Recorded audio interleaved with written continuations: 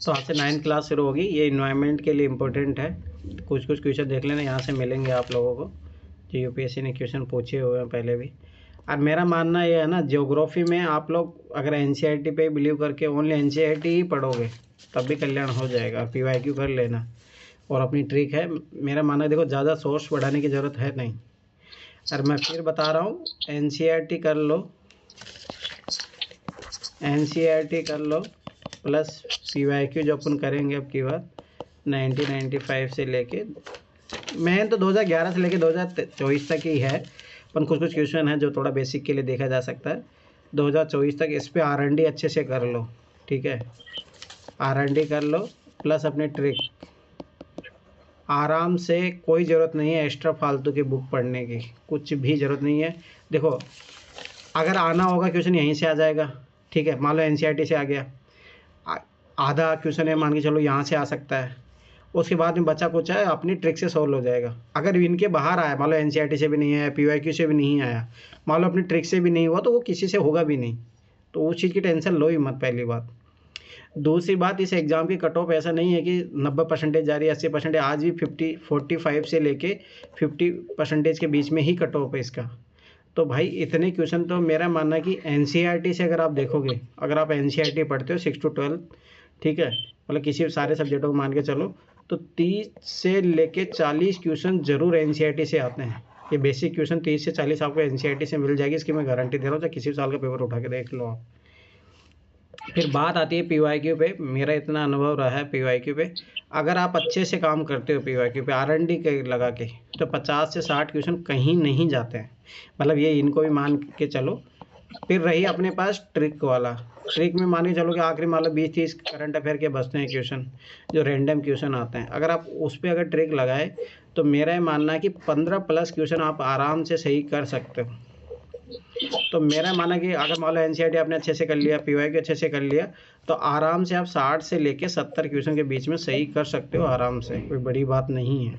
मेरे खुद के हुआ है, जैसे 2022 में मेरे 65 के प्लस समथिंग सही थे, अब की बार लगभग 60 के समथिंग सही है। तो आराम से होते हैं, इतना मैं गारंटी बता रहा हूँ। पर जितना अच्छा एनसीईआरटी करोगे, उतना पीवाईक्यू पे आर&डी करोगे, ट्रिक्स पे अच्छे से काम कर लोगे। मैं फिर बता रहा हूँ, वीडियो देखते रहो। पर वही है, तुम लोग नहीं देख रहे हो, लापरवाही। मैंने क्या बोला था, पीटी से पहले 4-5 बार देखना, तब जाके माइंड में बैठेगा वो वीडियो। नहीं देखोगे तो फिर पछताओगे बाद में, फिर बोलोगे सर ये ट्रिक कैसे लग गया।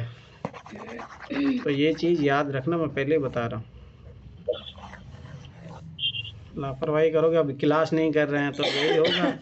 जो डे मैं देखो, ये मैं गारंटी दे रहा हूँ, जो अभी अपना जब से एनसीईआरटी चल रहा है, पीटी क्लास ये चली है, जो रेगुलर क्लास करेगा, एक भी क्लास मिस नहीं करेगा पीटी तक, ठीक है, उसका गारंटी बता रहा हूँ। ग्राफ देखो ऐसे जाएगा, ऐसे। और जो क्लास नहीं कर रहे हैं, अभी मौज मस्ती में चल रहे हैं, मौज मस्ती में चल रहे हैं, और वो सोचेंगे कि पीटी के टाइम हमारा ऐसे ग्राफ बन जाए, कभी चांस नहीं है। फिर वो ऐसे बढ़ेंगे, बस फिर वही होंगे, 30-40 नंबर आएंगे उनके पीटी में। ये मैं अभी बता रहा हूँ, लिख के गारंटी। परंतु जो अभी से 5-6 महीने रेगुलर अपनी क्लास भी देखेगा, ओनली क्लास देखने से ही इम्प्रूवमेंट हो जाएगा, मैं गारंटी बता रहा हूँ। साथ में क्लास में जो काम बोलते जा रहा हूँ वो करते जाएगा, उसका इम्प्रूवमेंट ग्राफ देख लेना आप लोग खुद से। चलो ठीक है, इधर आ जाओ। भारत का संविधान भाग 3 इम्पोर्टेंट है, क्वेश्चन आएगा आपके, और मैं पहले बता रहा हूँ। अनुच्छेद 12 से 35। हाँ बोलो। भैया ये क्या है, संस्कृति है, इसके जो नोट्स हैं वो प्रीवियस दोनों के लिए ठीक है?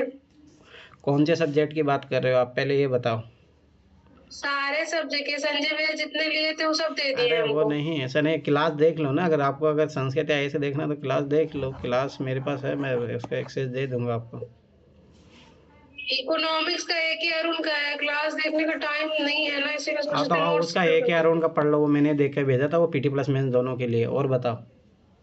और ये वो उसका पॉलिटी का राजेश मिश्रा का क्लास नोट्स है। हाँ हाँ, राजेश मिश्रा हाँ की। क्लास नोट्स है ना वो। हाँ क्लास नोट्स है। हाँ क्लास नोट्स है तो वही पढ़ लो। और बताओ। और बता रही देखो, अगर क्लास नोट्स है, प्रिंटेड मटेरियल नहीं, प्रिंटेड मटेरियल नहीं, क्लास नोट्स है, तो संस्कृत आएगी आपकी। हाँ हैंड रिटन है। हाँ, हैंड रिटन ही चाहिए। तो वो है, अगर तो वो पढ़ सकते हो। पीटी प्लस मेन दोनों के हैं, किसी भी टीचर के हो, चाहे अखिल मूर्ति का हो, ज्योग्राफी का हो, सबका हो। भारत का इनका उनका है कुमार गौरव का।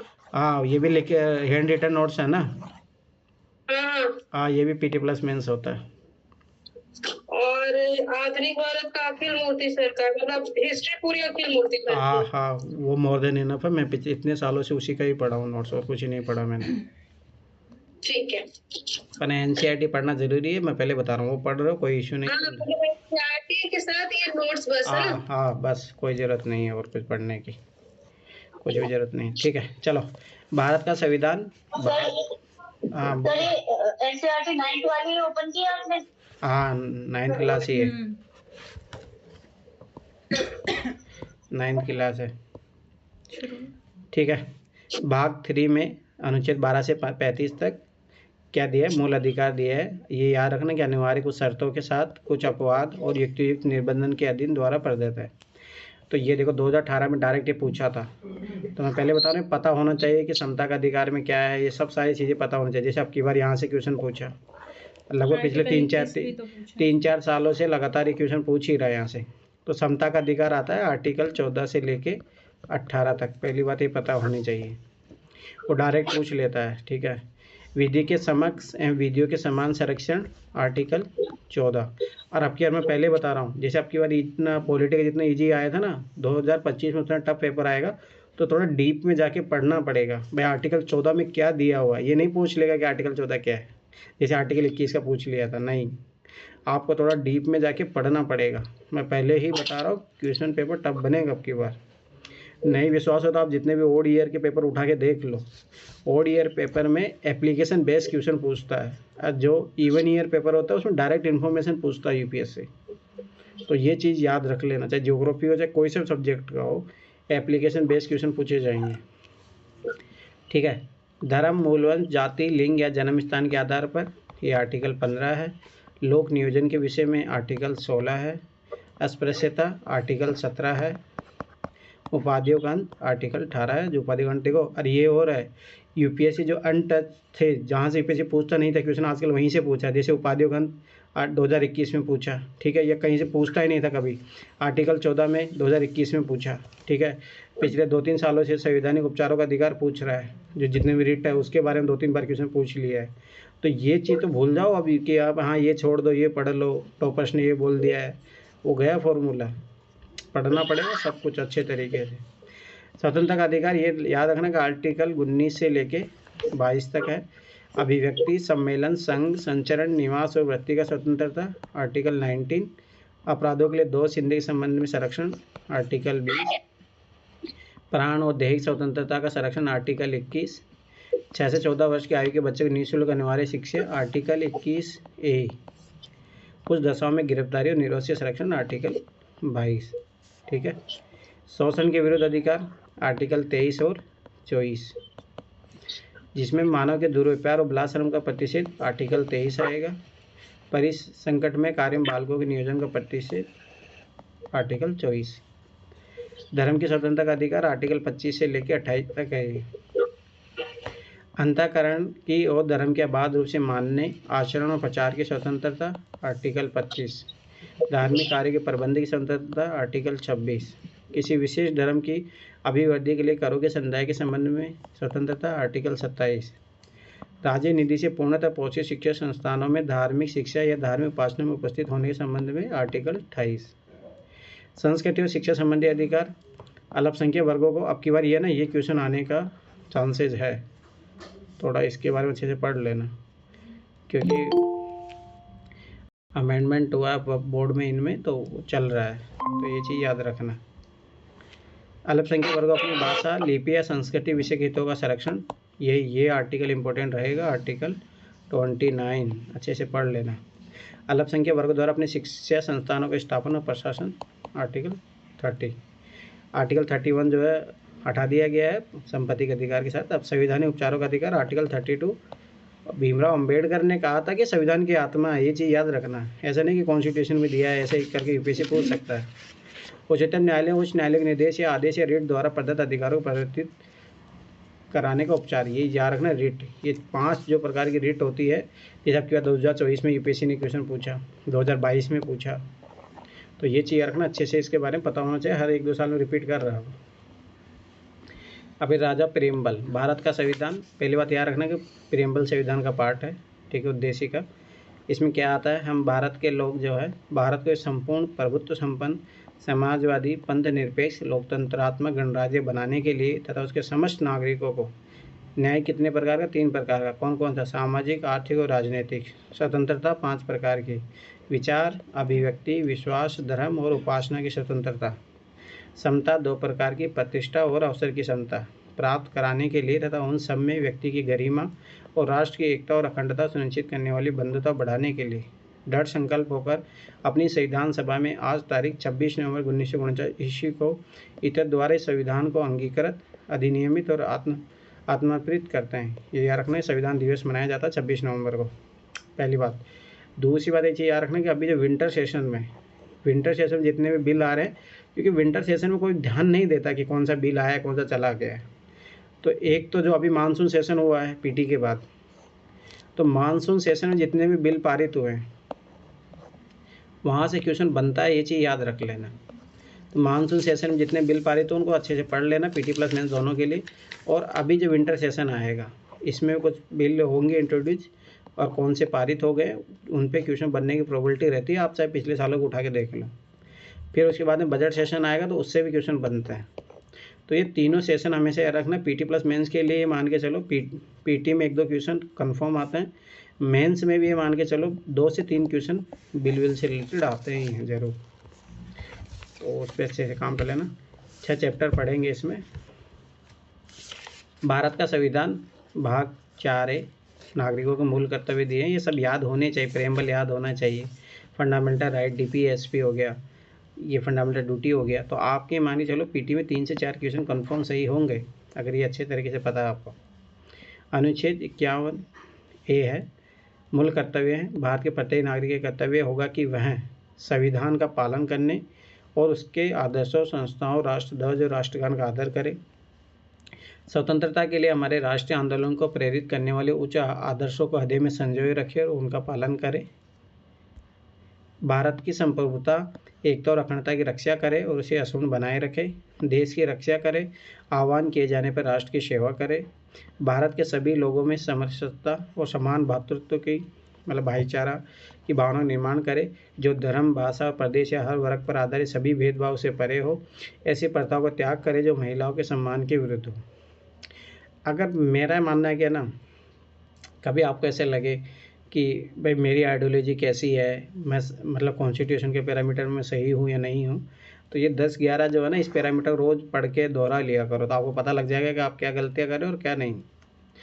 हमारी सामसाई संस्कृति गौरवशाली परंपरा का महत्व समझे और उसका परिरक्षण करें।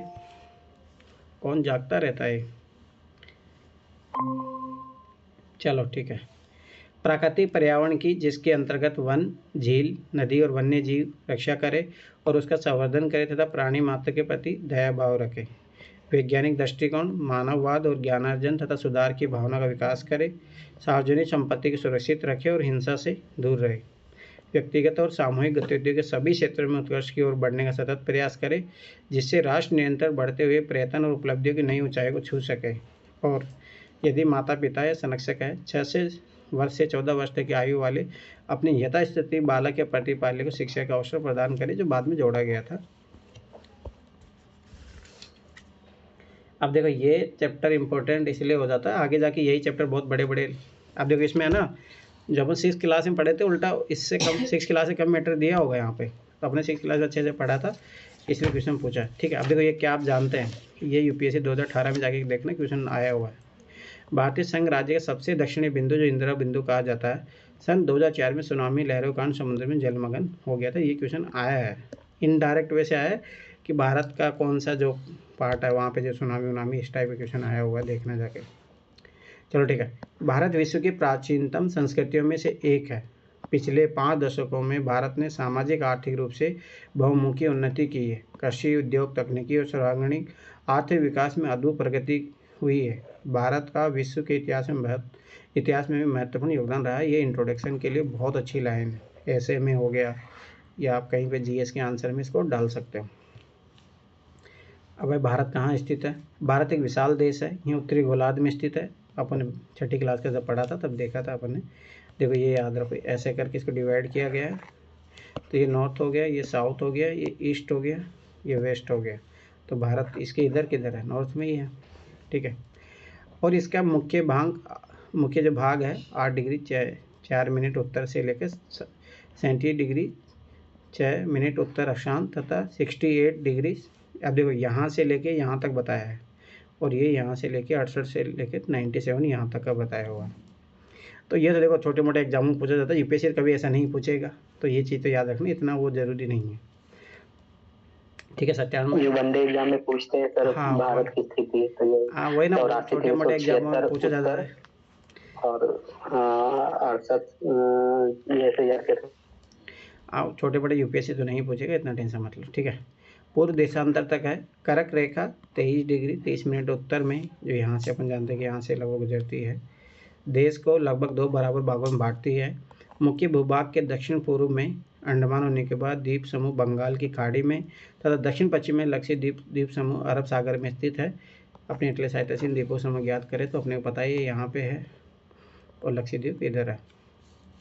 आकार, भारत के भूभाग का कुल क्षेत्रफल लगभग 32.8 लाख वर्ग किलोमीटर है। भारत का क्षेत्रफल विश्व के कुल भौगोलिक क्षेत्रफल का 2.4% है, ठीक है। क्षेत्रफल एक वजह से स्पष्ट है कि भारत विश्व का 7वां बड़ा देश है, तो ये चीज़ें पता होनी चाहिए, बेसिक इन्फॉर्मेशन। अभी जैसे ज्योग्राफिक इंट्रोडक्शन में अपन ये दे सकते हैं कि भारत का भौगोलिक क्षेत्रफल इतना है, परंतु यहाँ इतनी पॉपुलेशन है, तो ये सब चीज़ें याद रखनी चाहिए।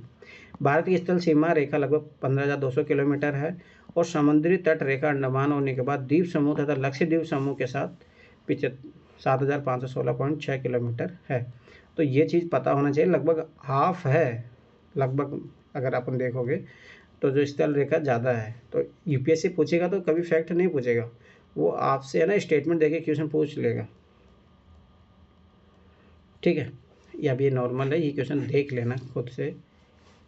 अब आ जाओ, ये उधर अपन 6 क्लास में भी किए थे। भारत के उत्तर पश्चिम उत्तर तथा उत्तर पूर्वी सीमा पर नवीनतम वलित पर्वत है, ये चीज़ याद रखना। इसके दक्षिण का भूभाग उत्तर में चौड़ा है और 22 डिग्री उत्तरी अक्षांश से हिंद महासागर की ओर संकरा होता चले जाता है, ये बात सही है, ऐसे होता चले जाता है। इसके पश्चिम में अरब सागर तथा पूर्व में बंगाल की खाड़ी स्थित है, ये भी सही है। अक्षांश और देशांतर का विस्तार लगभग 30 डिग्री है। अगर आप इसको देखोगे, यहाँ देखो 8 से लेकर 37, तो लगभग कितना हुआ 30, यहाँ पे देखो लगभग 30 डिग्री, तो वही बता रहा हूँ।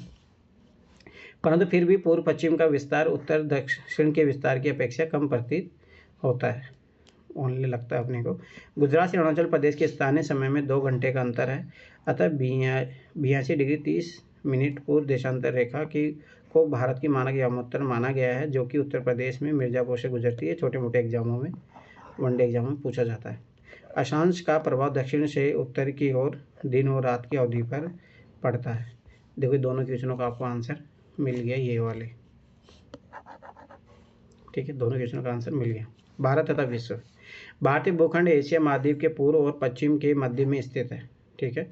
भारतीय भूभाग एशिया महाद्वीप का दक्षिणी विस्तार है। हिंद महासागर जो कि पश्चिम में यूरोपीय देशों और पूर्वी एशियाई देशों को मिलाता है, भारत को केंद्रीय स्थिति प्रदान करता है। देखिए दक्षिण का पठार हिंद महासागर में शीर्षवत फैला हुआ है, और पश्चिम एशिया, अफ्रीका, यूरोप के देशों के साथ साथ पूर्वी एशिया के देशों से भी पूरी तट के माध्यम से निकटतम संबंध बनाए हुए हैं। हिंद महासागर में किसी भी देश की तटीय सीमा भारत जैसी नहीं है। भारत की इस महत्वपूर्ण स्थिति के कारण एक महासागर का नाम इसका नाम पर रखा गया। ये बहुत बड़ी, मतलब कहीं पर सुनोगे तो इसके बारे में तारीफ की जाती है कि एक महासागर है जिसका नाम भारत पे पड़ा। क्या आप जानते हैं सन 1869 में सुएज नहर के खुलने से भारत और यूरोप के बीच की दूरी 7,000 किलोमीटर कम हो गई थी। अभी देखो ये दिया हुआ है कि विश्व के 7 बड़े देश, भारत 7वें नंबर पे है। सबसे बड़ा रूस है, फिर कनाडा है, संयुक्त राज्य अमेरिका है, चीन है, ब्राज़ील है, ऑस्ट्रेलिया है, फिर भारत है। ये चीज़ पता होनी चाहिए, कभी कभी इजी क्वेश्चन पूछता है तो पूछ सकता है। अब देखो ये ओनली आपको एक आइडिया होना चाहिए, ये इतना किलोमीटर है, 2,933 किलोमीटर है, और ये है 3,214 किलोमीटर। तो ये चीज़ रखना, ये वाला पार्ट ज़्यादा लंबा है, भारत का, ठीक है। पड़ोसी देश पता होना चाहिए, यहाँ पाकिस्तान है, यहाँ अफगानिस्तान आता है, यहाँ चीन वाला पार्ट जो है, नेपाल है, भूटान है, बांग्लादेश है, म्यांमार है। और यही याद करो कल जब ऐसे किए थे पर उसमें यही वाला पार्ट आया था, ये श्रीलंका हो गया, लक्षद्वीप हो गया, अंडमान निकोबार द्वीप समूह हो गया। ये देखो अंतर्राष्ट्रीय व्यापार है, भारत कैसे व्यापार करता है, सबसे मेन पोर्ट है मुंबई, चेन्नई हो गया, इधर कोलकाता हो गया, ठीक है। तो ये चीज़ याद रखना। लाल सागर यहाँ रहा, ठीक है। कैस्पियन सागर यूपीएससी जहाँ से क्वेश्चन पूछा हुआ है, ठीक है। तो ये थोड़ा थोड़ा प्रशांत महासागर है, अधिकरक रेखा ऐसे है। अराल सागर यूपीएससी ने क्वेश्चन पूछा 2018 में, तो ऐसे पता होना चाहिए छोटी छोटी चीज़ें। भारत के विश्व के देशों के साथ संपर्क युगों पुराना है, परंतु यह संबंध समुद्री जलमार्ग की अपेक्षा भूभागों से होकर था। उत्तरी पर्वतों के दरों से अनेक यात्री प्राचीन काल में भारत आए, जबकि समुद्री मार्ग बहुत समय तक ज्ञात नहीं थे। इन मार्गों से प्राचीन समय से विचारों और वस्तुओं का आदान प्रदान होता रहा है। भारत का पश्चिम, मध्य और पूर्वी एशिया तथा दक्षिण एशिया के पड़ोसी देशों के साथ एक अद्भुत संपर्क रहा है। इस प्रकार उपनिषदों के विचार, रामायण तथा पंचतंत्र की कहानी, भारतीय अंक एवं दशमलव प्रणाली आदि संसार के विभिन्न भागों तक पहुंच सके। मसाले, मलमल आदि कपड़े तथा व्यापार के अन्य सामान भारत से विभिन्न देशों को ले जाए जाते थे। इसके विपरीत यूनानी स्थापत्य कला तथा पश्चिमी एशिया की वास्तुकला के प्रतीकों, मीनार तथा गुंबदों का प्रभाव हमारे देश के विभिन्न भागों में देखा गया है। सर ये जो कल हम ऐसे देख रहे थे सर, उसमें ये डल सकता है ना, क्योंकि इस मार्गों से प्राचीन समय से विचारों और वस्तुओं का आदान प्रदान होता रहा है। हाँ, थोड़ा बहुत डाल ही सकते हो। भारत का दक्षिण एशिया में एक महत्वपूर्ण स्थान है। भारत में 28 राज्य और 9 केंद्र शासित प्रदेश। अभी प्रेजेंट में देखोगे तो 28 राज्य और 8 केंद्र शासित प्रदेश है, ये चीज़ याद रखना। अब देखो, भारत की भूमि सीमाएं उत्तर पश्चिम में पाकिस्तान और अफगानिस्तान के साथ, उत्तर में चीन, तिब्बत, नेपाल और भूटान के साथ तथा पूर्व में म्यांमार और बांग्लादेश के साथ, तो ये तो अपने पता ही है। और दक्षिण में समुद्री पार हमारे पड़ोसी 2 द्वीप समूह राष्ट्र श्रीलंका और मालदीव है। भारत और श्रीलंका के बीच में छोटा समुद्री रास्ता पाक जल संधि और मन्नार की खाड़ी है, ये चीज़ याद होनी चाहिए, तो मैंने बताया भी था। मालदीव लक्षद्वीप समूह के दक्षिण में स्थित है। देखो ये रहा मालदीव, ये लक्षद्वीप, ये श्रीलंका है, यहाँ पे है मन्नार की खाड़ी और पाक जल संधि। अपने पड़ोसी देश के साथ भारत के भौगोलिक और ऐतिहासिक संबंध बहुत अच्छे रहे और अपने एटलस में एशिया के मानचित्र में देखा कि भारत कैसे अलग अलग दिखाई देता है। अभी इधर आओ एक बार, ये क्वेश्चन क्या क्या दिए हुए हैं। पश्चिम और पूर्वी तटों पर केंद्र शासित क्षेत्रों की संख्या ज्ञात कीजिए। तो स्वाभाविक सी बात है, पश्चिम के तट पर कौन सा केंद्र शासित है? दमन एंड नागर दीव वाला हो गया, लक्षद्वीप हो गया पश्चिम वाले पे, उसके अलावा कौन सा है? पहली बात तो चलो ठीक है, अमित बताइए फटाफट 8 केंद्र शासित प्रदेशों के नाम बताइए। अमित,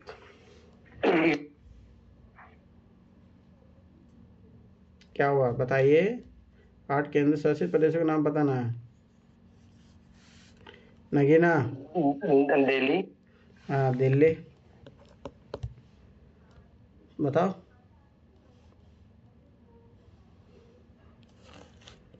अमित ये तैयारी चल रही है तुम्हारी बीपीएससी का? नगीना, नगीना तुम बताओ। सर दादर नागर हवेली दमन दीव, वो दोनों एक ही हो इधर चुका है, लक्षद्वीप। वो चीज याद रखना, दोनों हाँ, एक ही वो हो दोनों चुका है। एक ही है, इधर लक्षद्वीप और इधर आपका अंडमान निकोबार और पुडुचेरी।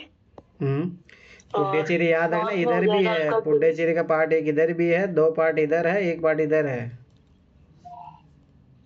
ये चीज याद रखना। अभी मैं बताऊंगा, चलो सर ठीक ये है। है ना माही कराईकल और ये नाम। ठीक है, और नॉर्थ में है लद्दाख। लद्दाख हाँ, और जम्मू जम्मू कश्मीर, कश्मीर, लद्दाख, लद्दाख और जम्मू चंडीगढ़। कश्मीर, चंडीगढ़ भी आ जाएगा। चंडीगढ़ हाँ, और जम्मू कश्मीर, चंडीगढ़, दिल्ली।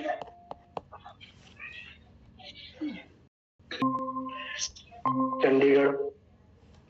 चलो ठीक है, हो गया ये 8 याद रखना।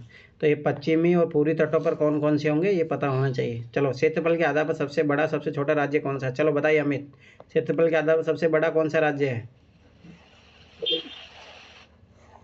उत्तर प्रदेश है सर। ये एक लपड़ पड़ेगी तुम्हें, ये तैयारी चल रही है तुम्हारी? हाँ जी राजस्थान। राजस्थान है क्षेत्रफल में सबसे बड़ा, छोटा गोवा। तुम गोवा। तुम लोग ये तैयारी कर रहे हो, उठा के फेंक दो तुम लोगों को। कौन से राज्य अंतर्राष्ट्रीय सीमा तथा समुद्र तट को स्पर्श नहीं करते? नगीना बताइए। ये बहुत अच्छे क्वेश्चन है ये। कौन सा राज्य अंतरराष्ट्रीय सीमा को नहीं टच करता है? सर है आपका सबसे पहले मध्य प्रदेश, ठीक है, झारखंड, छत्तीसगढ़, तेलंगाना। तेलंगाना नहीं कहता समुद्र तट को? नहीं करता, नहीं करता। ठीक है, और हरियाणा, हरियाणा, दिल्ली होगा, हरियाणा होगा। दिल्ली राज्य है निखिल, है दिल्ली राज्य है। अरे शासित प्रदेश है ना सर। राज्य की बात चल रही है ना यहाँ पे। ठीक, ये इधर देखो, तुम लोग कहाँ सो रहे हो। देखो एमपी हो गया, ठीक है, छत्तीसगढ़ हो गया, झारखंड हो गया, ठीक है, हरियाणा हो गया, तेलंगाना हो गया, ठीक है। इसके अलावा और कोई भी इधर आ जाओ, ये सब इधर सब टच है, सब टच है, ठीक है। तो ये पता होनी चाहिए, ये चीज़ याद रखना। चलो ये बहुत अच्छा क्वेश्चन है। चलो, पाकिस्तान, चीन, म्यांमार, बांग्लादेश की सीमाओं को छूने वाले राज्यों को 4 वर्गों में विभाजित कीजिए। उदाहरण तो राज्य के वर्ग में रखिए जिनकी सीमाएं पाकिस्तान से मिलती है, अन्य से। चलो ठीक है, अब मैं निखिल बताइए, पाकिस्तान से मिलने वाले राज्य की कौन कौन से हैं? भारत के राज्य जो पाकिस्तान से मिलती है उनकी सीमा। गुजरात हो जाएगा, राजस्थान हो जाएगा, और पंजाब हो जाएगा, और जम्मू कश्मीर हो जाएगा ना। ये सब, ये आएगा कि नहीं आएगा? नहीं आएगा। अभी केंद्र शासित प्रदेश है वो, जम्मू कश्मीर नहीं होगा, अभी राज्य नहीं है वो। हाँ, 3 है। ठीक है, अमित बताइए चीन से मिलने वाले राज्य। एक अपना अरुणाचल प्रदेश है, और वो अपना एक अरुणाचल हो गया, एक सिक्किम हो गया, और इधर अपना हो गया एक ये लद्दाख भी अपना इधर टच करता है क्या? ये 3 अरे राज्य की बात हो रही है। यूनियन टेरिटरी है लद्दाख। तो ये सिक्किम और अरुणाचल प्रदेश हैं सर, ये 2 हैं। बस 2 ही है? बताऊं? हाँ बताऊं? हाँ शिवानी बताइए। हाँ सर, टोटल 5 हैं।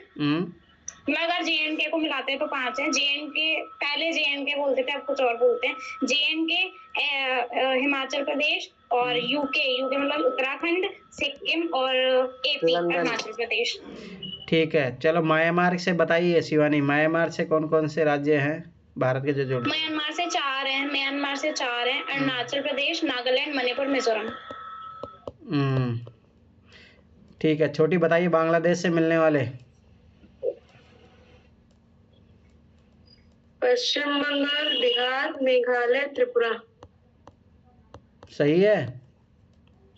हाँ, असम भी होगा क्या सर? 5 है। असम भी होगा ना?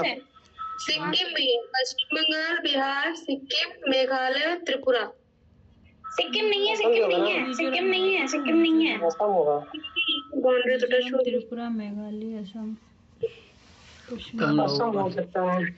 यह देखो बांग्लादेश, पश्चिम बंगाल रहा, 5 है। ठीक है, पश्चिम बंगाल होगा, मेघालय, असम होगा, मेघालय होगा, त्रिपुरा ठीक होगा, है, असम बिहार होगा, रहेगा, बिहार रहेगा। पश्चिम नहीं सर, बिहार कहाँ टच हो रहा है? देखो ना अच्छे से, बिहार कहाँ टच हो रहा है? बिहार नहीं रहेगा। नहीं, बिहार नहीं होगा, टच करता है। झारखंड है, झारखंड भी नहीं होगा फिर तो। नहीं, सर 5 है। सर मैं बोलूं, मेरे पास लिखे हुए हैं। अरे चलो ठीक है, अरे ठीक है, शिवानी तुम बताइए। हाँ बताओ शिवानी। हाँ सर, टोटल 5 हैं। वेस्ट बंगाल है, असम, मेघालय, त्रिपुरा, मिजोरम। टोटल 5 ही है, इसके अलावा नहीं है। हाँ ये सब कोई नहीं आएगा ना, बिहार, झारखंड, भूटान, एक सिक्किम तो नहीं आएगा। चलो ठीक है, आगे आ जाओ।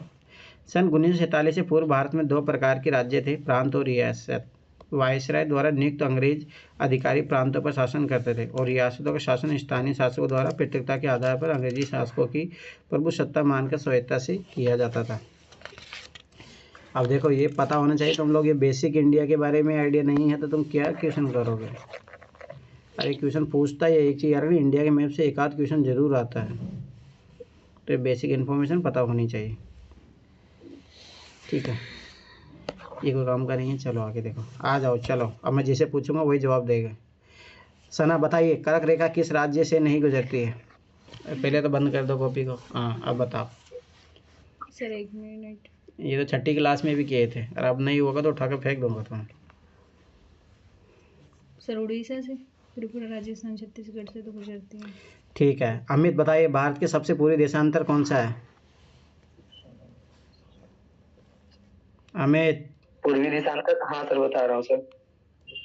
97 डिग्री 25 इंच पूरब।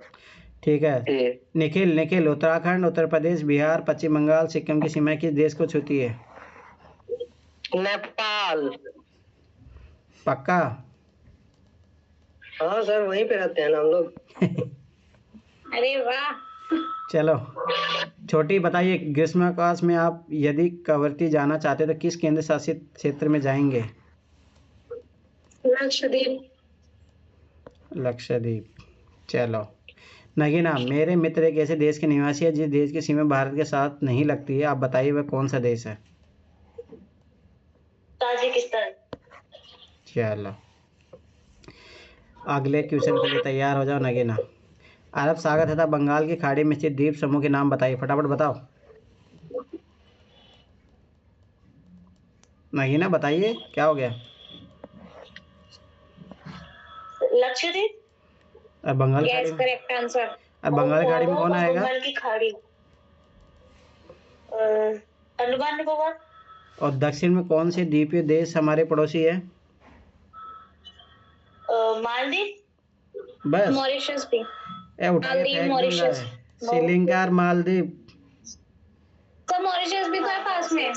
अरे श्रीलंका, ये एनसीईआरटी में देखो, श्रीलंका उसके बारे में बताया गया ओनली। चलो शिवानी, उन देशों के नाम बताइए जो क्षेत्रफल में भारत से बड़े हैं। हाँ RC Cuba sir, RC Cuba है उनका नाम। अरे नाम बताइए, आरसी क्यूबा क्या होता है? आरसी क्यूबा होता है रशिया, जो क्षेत्रफल में बड़े हैं ना, एरिया में बड़े हैं। रशिया, सी से हो गया कनाडा, सी आरसी क्यूबा, फिर वापस आएगा चाइना, यू से हो गया यूएसए, डी से हो गया ब्राजील, ए से कौन रह गया? ऑस्ट्रेलिया है। हाँ ऑस्ट्रेलिया होगा शायद।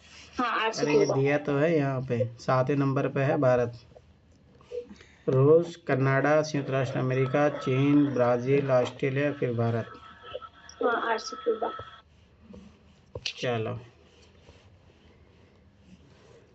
सना, हमारे उत्तर पश्चिमी, उत्तर तथा उत्तर पूर्वी पड़ोसी देशों के नाम बताइए। सर उत्तर पश्चिम में पाकिस्तान, अफगानिस्तान, और उत्तर में आ जाएगा सर चाइना, और उत्तर पूर्वी में आ जाएगा नेपाल नहीं आएगा? सर उत्तर पूर्वी में आएगा ना। नेपाल उत्तर पूर्वी में आएगा? हाँ नेपाल और चाइना। नेपाल तो अपना है सर। उत्तर पूर्वी में म्यांमार आ जाएगा, ये वाला। भूटान नहीं आएगा? भूटान तो उत्तर में ही आएगा सर, उत्तर में है ना सर वो। चलो छोटी, भारत में किन किन राज्यों से कर्क रेखा गुजरती है और उनके नाम बताइए फटाफट। वेस्ट टू ईस्ट जाएंगे तो सबसे पहले कहाँ से पूछ रहे हो आप क्वेश्चन? इसमें तो है ही नहीं। अरे एनसीईआरटी कैसे है, कहाँ से पूछूंगा? चलो हाँ बताओ बताओ। गुजरात, राजस्थान और आगे बताओ। मध्य प्रदेश, झारखंड, छत्तीसगढ़, झारखंड हो गया, छत्तीसगढ़, झारखंड, पश्चिम बंगाल, त्रिपुरा और मिजोरम। सही है? 7 में हाँ। चलो 8। चलो ये क्वेश्चन का शिवानी आंसर बताएगी।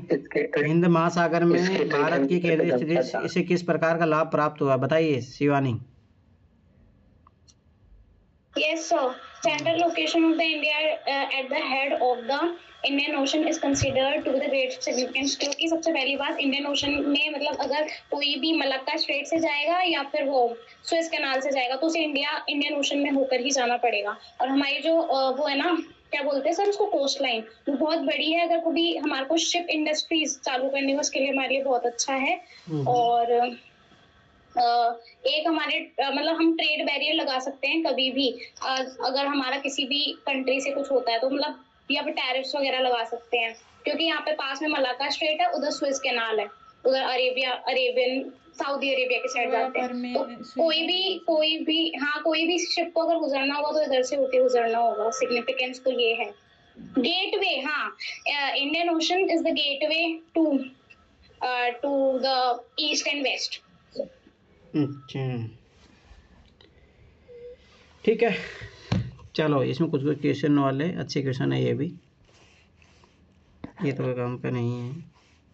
इधर देख लो फटाफट क्वेश्चन, जैसे पूछूंगा वही फटाफट जवाब देगा। चलो सना, भारत के केंद्र शासित क्षेत्रों के नाम बताइए फटाफट से।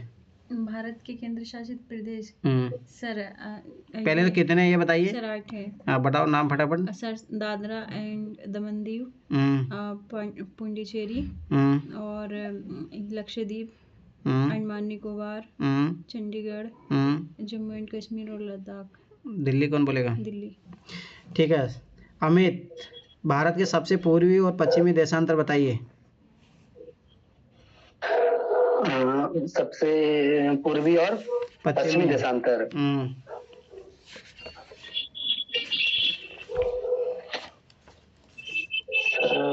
ये तो मैं भूल गया सर। तुम तो बोले तो मुझे याद है, वनडे एग्जाम में पूछा जाता है, तुम इसी में अटक गए। नगीना बताइए। पूर्वी देशांतर 84,387 पूर्वी, 84,387 उत्तरी और 97 ये भूल गया। अरे नगीना बताओ, नगीना बताओ। 687 आएगा इधर से और 9725। सर 68 डिग्री 60 मिनट से 97 डिग्री 97 डिग्री 25 मिनट। अरे ये बताओ नॉर्थ साउथ बताओ। ये क्वेश्चन कंप्लीट हो जाएगा। नॉर्थ साउथ बताइए। 8 डिग्री 4 मिनट से 33 डिग्री 6 मिनट। ये पता होना चाहिए। चलो ठीक है, ये हो ही गया था। भारतीय उपमहाद्वीप किन देशों से मिलकर बना? चलो बताइए शिवानी, भारतीय उपमहाद्वीप किन देशों से मिलकर बनता है? तो क्वेश्चन कौन सा बोल रहे हो? ये भारतीय महाद्वीप कौन सा वाला है? सेकंड वाला। Countries constituting Indian subcontinent. Indian subcontinent किस किस से मिलकर बनता है? एक तो पाकिस्तान आता है, उसमें इंडिया आता है, नेपाल आता है, बांग्लादेश आता है और भूटान आता है, म्यांमार आता है। यही आते हैं। चलो ठीक है, छोटी बताइए भारतीय मुख्य भूभाग का दक्षिणी शीर्ष बिंदु कौन सा है? Indira point, sorry Indira call करके। हाँ इंदिरा पॉइंट ही हो। चलो ठीक है। चलो अमित, सबसे लंबी तट रेखा वाला राज्य, ये बहुत अच्छा क्वेश्चन है। गुजरात है सर, गुजरात। नहीं सर, गुजरात नहीं है। शिवानी ये सही बता रहा है? गुजरात नहीं है। बंगाल है सर, आई थिंक। शिवानी नहीं, वेस्ट बंगाल गुजरात है या फिर आंध्र प्रदेश होगा, दोनों में से एक होगा। आंध्र प्रदेश या गुजरात। गुजराती होगा। एक बार चेक कर लो सब लोग, ये क्वेश्चन पूछा हुआ है यूपीएससी ने पहले। यस सर, गुजरात है, मैंने मैप देखा। अरे मैप से नहीं होगा ये, पश्चिम बंगाल है। अरे पश्चिम बंगाल तो ऐसे नहीं होगा, टूटा खरीदो क्या? आंध्र प्रदेश उन दोनों में से है। और जहाँ तक मुझे आइडिया है आंध्र प्रदेश है। एक बार चेक करो, आंध्र प्रदेश है। गुजरात है सर, गुजरात होगा। आंध्र प्रदेश गुजरात है सर। गुजरात होगा। गुजरात है। नेट पे चेक कर लिए? ये और थलिए में सबसे ज्यादा राजस्थान है। चलो ठीक है। सना 12 शिलिंगा के अलग करने वाली जल संधि। पाक जल संधि। चलो आ जाओ सेकंड चैप्टर, भारत का भौतिक स्वरूप, फिजिकल ज्योग्राफी। ठीक है, तो ये बहुत इंपॉर्टेंट है, यहीं से क्वेश्चन पूछा था। 2025 में क्वेश्चन आएंगे, देख लेना इससे। जैसा कि आप जानते हैं कि भारत विभिन्न स्थलाकृतियों वाला एक विशाल देश है। आप किस प्रकार के क्षेत्र भूभाग में रहते हैं? यदि आप मैदानी क्षेत्र में रहते हैं तो आप वहाँ के दूर तक फैले विशाल मैदानों से परिचित होंगे, और यदि पर्वतीय क्षेत्र के निवासी है तो आप पर्वतीय ढलानों और घाटियों से भली भांति परिचित होंगे। वास्तव में हमारे देश में हर प्रकार की भू आकृतियाँ पाई जाती है, जैसे पर्वत, मैदान, मरुस्थल, पठार तथा द्वीप समूह। भारत की भूमि बहुत अधिक भौतिक विभिन्नताओं को दर्शाती है। भूगर्भीय तौर पर प्रायद्वीपीय पठार पृथ्वी की सतह पर प्राचीनतम भाग है। इसे भूमि का एक बहुत ही स्थिर भाग माना जाता था, परंतु हाल के भूकंपों ने इसे गलत साबित किया है। हिमालय उत्तरी मैदान हाल में बनी स्थलाकृतियाँ है। भूगर्भ वैज्ञानिकों के अनुसार हिमालय पर्वत एक अस्थिर भाग है। हिमालय की पूरी पर्वत श्रृंखला एक युवा स्थलाकृति को दर्शाती है, जिसमें उच्च शिखर है, गहरी घाटियाँ तथा तेज बहने वाली नदियाँ हैं। उत्तरी मैदान जलोढ़ निस्सब से बने हैं। प्रायद्वीपीय पठार आग्नेय में रूपांतरित शैलों वाली कम ऊंची पहाड़ियों में छोटी घाटियों से बना है। अब एक बार इधर देख लो, ये बहुत इंपॉर्टेंट है। जैसे अब की बार आया था, याद करो पीटी में क्वेश्चन, गंगा की सहायक नदियाँ घाघरा हो गई, गंडक हो गई, देखिए कोसी है। अब की बार सीधा पूरा क्वेश्चन यहीं से। मैं फिर बता रहा हूँ एन सी अपन, हाँ NCERT ऐसे नहीं एक बार पढ़ के निकल ली उससे कुछ ही नहीं होगा, मैं पहले बता रहा हूँ। आपको एक एक चीज़ पता होनी चाहिए।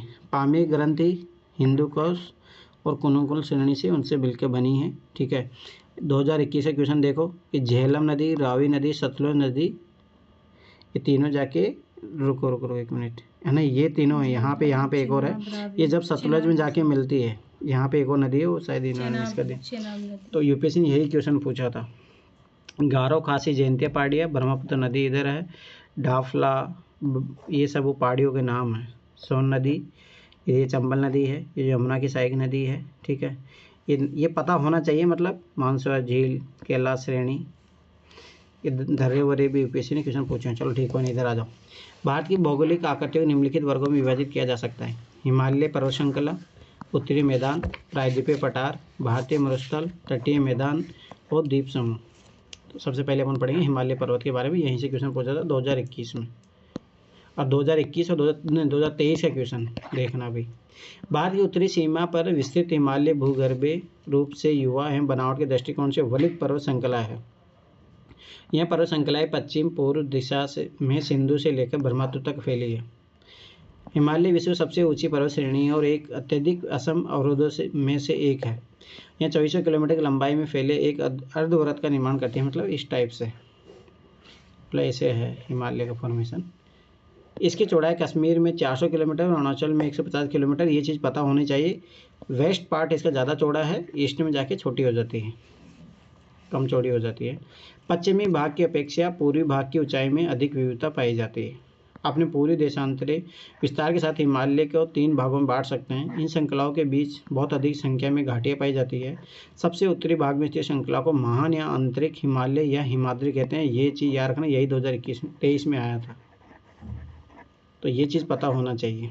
ये एक ही नाम है सारे के सारे, याद रखना, इसमें क्वेश्चन भी आएगा इस चैप्टर में।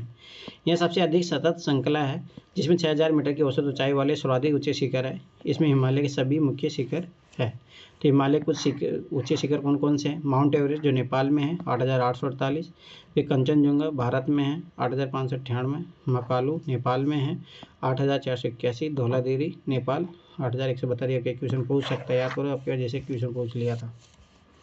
फिर नंगा पर्वत है, भारत में है, ठीक है, ये पता होना चाहिए कहाँ पे है। हाइट वाइट का तो छोड़ो। अन्नपूर्णा नेपाल में है, नंदा देवी भारत में, यूपीएससी क्वेश्चन पूछा है पहले भी। कामेट भारत में, ये भी यूपीएससी क्वेश्चन पूछा है। नामचा बरवा भारत में है, गरुला बंदाता नेपाल में है। तो ये चीज़ याद रखना, कौन सी चोटी कहाँ पे है ये पता होना चाहिए, और कौन सी हिमालय का पार्ट है। मान हिमालय के वलय की प्रकृति असममित है। हिमालय के इस भाग को क्रोड ग्रेनाइट का बना है। यह श्रृंखला हमेशा बर्फ से ढके रहते था, इससे बहुत सी हिमालयों का प्रवाह होता है। देखो, महान हिमालय में पाई जाने वाली हिमालयों को तथा दरों के नाम, भारत के उन राज्यों नाम जहाँ पर ऊपर दिए गए ऊंचे शिखर स्थित है। अब ये देखो, ये पता होना चाहिए नंगा पर्वत कहाँ पे है, यही यूपीएससी ने क्वेश्चन पूछा था। तो ये काम कर लेना, कौन कहाँ पे है। माउंट जैसे मान लो जो भारत में एटलीस्ट पाई जाती है, कंचनजुंगा शायद ये जो पाक ऑक्यूपाइड कश्मीर है ना, वहाँ पे है। नंदा देवी जो उत्तराखंड में है शायद, ठीक है। नंगा पर्वत भी शायद उधर ही है। एक बार देख लेना ये कौन कहाँ पे पाई जाती है, क्योंकि यूपीएससी ने यहीं से क्वेश्चन पूछ लेती है वो। हिमालय के दक्षिण में स्थित श्रृंखला सबसे अधिक असम है एवं हिमाचल या निम्न हिमालय के नाम से जानी जाती है। इन श्रृंखलाओं का निर्माण मुख्यतः अत्यधिक संपीड़ित तथा परावर्तित शैलों से हुआ है। इनकी ऊंचाई 3700 मीटर से लेकर 4500 मीटर के बीच है तथा औसत चौड़ाई 50 किलोमीटर है। जबकि पीर पंजाल श्रृंखला सबसे लंबी तथा सबसे महत्वपूर्ण श्रृंखला है। धौलाधर एवं महाभारत श्रृंखलाएं भी महत्वपूर्ण है। इसी श्रृंखला में कश्मीरी घाटी तथा हिमाचल के कांगड़ा और कुल्लू की घाटी स्थित है। इस क्षेत्र को पहाड़ी नगरों के लिए जाना जाता है। एटलस से मसूरी, नैनीताल और रानीखेत की स्थिति देखें तो उन राज्यों के नाम लिखे जहाँ वे स्थित है, ये पता कर लेना। हिमालय सबसे बाहरी श्रृंखला को शिवालिक कहा जाता है, ठीक है, तो मतलब नीचे वाला पार्ट। इनकी चौड़ाई 10 से 50 किलोमीटर तथा ऊंचाई 900 से लेकर 1100 मीटर के बीच है। ये श्रृंखलाएं उत्तर में स्थित मुख्य हिमालय की श्रृंखलाओं से नदियों द्वारा लाई गई असंपीड़ित अवसादों से बनी हैं। ये घाटियाँ बजरी तथा जलोढ़ की मोटी परत से ढकी हुई है। निम्न हिमालय तथा शिवालिक के बीच में स्थित लंबवत घाटी को दून के नाम से जाना जाता है। इसलिए कुछ प्रसिद्ध दून है, देहरादून, कोटली दून और पाटली दून, इसलिए नाम भी पड़ा है। ये चीज़ याद रखना। बात को मुझे अब देखो यहाँ पे कुछ कुछ अच्छी चीज़ें दी हुई है। जैसे साउथ में आओगे तो यहाँ से यूपीएससी क्वेश्चन पूछा था, अन्नामलाई या नाईमुड़ी याद रखना, और कार्डमम पहाड़ियाँ केरल में है, ये चीज़ याद रखना। यूपीएससी ने क्वेश्चन पूछा था पश्चिमी घाट के बारे में। ये देखो पश्चिमी घाट यहाँ से लेके यहाँ तक है। जो बोला 2023 में इसको तो बोला नीलगिरी पहाड़ियाँ, ठीक है। कावेरी नदी देखो इनके बीच में बैठती है। ये पूर्वी घाट कहाँ से कहाँ तक बैठता है, और इसमें से 2021 में क्वेश्चन पूछा था कौन सी नदियाँ गुजरती है। गोदावरी नदी, कृष्णा नदी, ये उत्तरी सरकार, ठीक है। कि दक्षिण उत्तर से दक्षिण की ओर कौन सी नदी का क्रम है, जैसे कि महानदी, गोदावरी। ये तो पहले पूछा होगा। कोरोमंडल तट, ये पता होना चाहिए, ये मालाबार तट है, ठीक है, ये पता होना चाहिए। ये कोंकण तट है, ठीक है। गिर फॉरेस्ट याद करो, गिर श्रेणी है इसीलिए वहाँ पे गिर फॉरेस्ट भी पाया जाता है। ये माही नदी है। नर्मदा, ताप्ती, नर्मदा किसके बीच में, विंध्य श्रेणी और सतपुड़ा श्रेणी के बीच में। ये तापी नदी सतपुड़ा और महादेव पहाड़ियों के बीच में, ठीक है। ये दक्कन का पठार है, ये छत्तीसगढ़। ये देखो महानदी, इस पर यूपीएससी ने क्वेश्चन पूछा है। महेंद्रगिरी पर्वत है उड़ीसा में, उत्तरी सरकार पहले उड़ीसा को भी बोला जाता था, ये चीज़ याद रखना। छोटा नागपुर का पठार इधर है। ये सोन नदी है, ये घाघरा, ये गंगा यमुना होगी, चंबल हो गया, ये मालवा का पठार हो गया, ये रावली श्रेणी हो गई, ये भारतीय मरुस्थल है, ठीक है। घाघरा, गंडक, कोसी, देखो यही क्रम पूछा था यूपीएससी ने, कितनी बार दिया तभी पूछा उसने। गारो, काशी, जयंतिया हो गया। ये देखो ये हिमालय यहाँ तक है। ऐसे माना जाता है कि जो अंडमान निकोबार भी वो हिमालय का ही पार्ट था, मतलब ऐसा है, ठीक है। सांगपो नदी, ब्रह्मपुत्र को चीन में सांगपो नदी कहा जाता है, ठीक है। सिंधु नदी, देखो सिंधु नदी मिलती कौन, झेलम नदी, रावी नदी, सतलुज नदी, एक वो भी है चिनाब है, चिनाब। तो ये चीज़ याद रखें, चिनाब, झेलम और रावी सतलुज में मिलती है। 2021 में यूपीएससी ने ये क्वेश्चन पूछा था। देखो काराकोरम, केटू, यहाँ पे लद्दाख श्रेणी, जास्कर श्रेणी, शिवालिक श्रेणी, जो अभी अपन पढ़ रहे थे, ठीक है। अब इधर आ जाओ, देखो हिमालय पर्वत पूरा बर्फ से घिरा हुआ रहता है। इस उत्तर दक्षिण के अतिरिक्त हिमालय को पश्चिम से पूर्व तक स्थित क्षेत्रों के आधार पर भी विभाजित किया गया है। इन वर्गीकरण को नदी घाटियों की सीमाओं के आधार पर किया गया है। उदाहरण के लिए सतलुज व सिंध के बीच स्थित हिमालय के भाग को पंजाब हिमालय के नाम से जाना जाता है। ये चीज़ पता होनी चाहिए। लेकिन पश्चिम से पूर्व तक क्रमशः इसे कश्मीर तथा हिमाचल हिमालय के नाम से भी जाना जाता है। सतलुज तथा काली नदियों के बीच स्थित हिमालय के भाग को कुमाऊं हिमालय के नाम से भी जाना जाता है। ये यार काली नदी नेपाल में, इसी पर डिस्ट्रीब्यूट हुआ था, विवाद हुआ था लॉकडाउन के टाइम। काली तथा तीस्ता नदियाँ नेपाल हिमालय के अहम, ये तीस्ता नदी पे क्वेश्चन बना हुआ 2017 क्वेश्चन जाके देखना। काली तथा तीस्ता नदियाँ नेपाल हिमालय एवं तीस्ता तथा दिहांग नदियाँ असम हिमालय के सीमांकन करती है। हिमालय कुछ क्षेत्रीय नाम पता कीजिए। ब्रह्मपुत्र हिमालय की सबसे पूर्वी सीमा बनाती है। दिहांग महाखंड गोर्ज के बाद हिमालय दक्षिण की और एक तीखा मोड़ बनाते हुए, यही यूपीएससी ने 2011 या 12 में क्वेश्चन पूछा कि तीखा मोड़ क्यों बनाती है, यह चीज़ याद रखना। भारतीय पूर्वी सीमा के साथ फैल जाता है। इन्हें पूर्वांचल या पूर्वी पहाड़ियाँ तथा पर्वत श्रृंखलाओं के नाम से जाना जाता है। ये पहाड़ियाँ उत्तर पूर्वी राज्य से होकर गुजरती है तथा मजबूत बलुआ पत्थरों से जौसादी सेल से बनी है। ये घने जंगलों से ढकी है तथा अधिकतर समांतर श्रृंखलाएँ एवं घाटियों के रूप में फैली है। पूर्वांचल में पटकाई, नागा, मिजो तथा मणिपुर पहाड़ियाँ है। ये चीज़ पता होना चाहिए। पटकाई भूमि कहाँ पे है, ये देखो अपन यहाँ देखे थे अभी, इसमें नहीं शायद इसमें है, अरुणाचल प्रदेश उधर वाले पार्ट में ये रहा, देखो पटकाई भूमि, नागा श्रेणी, ये पता होना चाहिए। छोटे मोटे एग्जाम में डायरेक्ट क्वेश्चन पूछता है। उत्तरी मैदान 3 प्रमुख नदी है प्रणाली है, सिंधु, गंगा एवं ब्रह्मपुत्र तथा इनकी सहायक नदियों से बना है। यह मैदान जलोढ़ मृदा से बना है। लाखों वर्षों में हिमालय के गिरिपाद में स्थित बहुत बड़े बेसिन द्रोणी में जलोढ़ों का निक्षेप हुआ है, जिससे इस उपजाऊ मैदान का निर्माण हुआ है। इसका विस्तार 7 लाख वर्ग किलोमीटर क्षेत्र पर है। ये मैदान लगभग 2400 किलोमीटर लंबा एवं 240 से 320 किलोमीटर चौड़ा है। ब्रह्मपुत्र नदी में स्थित माजुली विश्व का सबसे बड़ा नदी द्वीप है, जहां लोगों का निवास है। ये चीज़ याद होनी चाहिए। ये सघन जनसंख्या वाला भौगोलिक क्षेत्र है। समृद्ध मृदा आवरण, पर्याप्त पानी की उपलब्धता एवं अनुकूल जलवायु के कारण कृषि की दृष्टि से भारत का अत्यधिक उत्पादक क्षेत्र है। देखो क्या होता है, जैसे मान लो ये पर्वत है, अब यहाँ से नदी आएगी, इनको तोड़ते हुए आएगी, तो यहाँ पे पहले ऐसा बोला जाता है खड्डा था यहाँ पे, तो धीरे धीरे नदियों के ज़्यादा निक्षेप लाएगी, उससे भर गई, इससे उपजाऊ मैदान बना है। उत्तरी पर्वतों से आने वाली नदियाँ निक्षेपण कार्य में लगी है। नदी के निचले भागों में ढाल कम होने के कारण नदी की गति कम हो जाती है, जिसके परिणामस्वरूप नदियाँ द्वीपों का निर्माण होता है। ये नदियाँ अपने निचले भाग में गाद एकत्र हो जाने के कारण बहुत सी धारा में बढ़ जाती है। इन धाराओं को वितरिकाएँ कहा जाता है। जब देखो समुद्र मिलती है ना, तो ऐसे नदी ऐसे बढ़ जाती है, धीमी गति हो जाती है, थोड़ी सी मिट्टी इनकी दिशा चेंज कर देती है। दोआब का अर्थ दो नदियों के बीच का भाग। दोआब दो शब्दों से मिलकर बना है। दो तथा आब अर्थात पानी। इस प्रकार पंजाब भी दो शब्दों से मिलकर बना है। पंज का अर्थ है पाँच तथा आब का अर्थ है पानी। पंजाब को बोला इसलिए जाता है कि वहाँ 5 नदियाँ बहती है, ये चीज़ याद रखना। इसलिए पाकिस्तान में पंजाब है, ये चीज़ याद रखना। केबीसी कौन बनेगा करोड़पति का सवाल है ये। हाँ, इसीलिए क्वेश्चन पूछते हैं और कहाँ से पूछेंगे। उत्तरी मैदानों को मोटे तौर पर 3 उपवर्गों में विभाजित किया गया है। उत्तरी मैदान के पश्चिमी भाग को पंजाब का मैदान कहा जाता है। सिंधु तथा इसकी सहायक नदियों के द्वारा बनाए गए इस मैदान का बहुत बड़ा भाग पाकिस्तान में स्थित है। सिंधु तथा इसकी सहायक नदियाँ झेलम, चेनाब, रावी, व्यास तथा सतलुज हिमालय से निकलती है। मैदान के इस भाग में दोआबों की संख्या बहुत अधिक है। गंगा के मैदान का विस्तार घग्गर, तिस्ता नदियों के बीच है। यह उत्तरी भारत के राज्य हरियाणा, दिल्ली, उत्तर प्रदेश, बिहार, झारखंड कुछ भाग तथा पश्चिमी बंगाल में फैला, ये चीज़ याद रखना। ब्रह्मपुत्र का मैदान इसके पश्चिमी विशेषकर असम में स्थित है। उत्तरी मैदानों की व्याख्या सामान्यतः उसके ऊंचाइयों में बिना किसी विविधता वाले समतल स्थल के रूप में की जाती है। यह सही नहीं है। इन विस्तृत मैदानों की भौगोलिक आकृतियों में भी विविधता है। आकृतिक भिन्नता के आधार पर उत्तरी मैदानों को 4 भागों में विभाजित किया जा सकता है।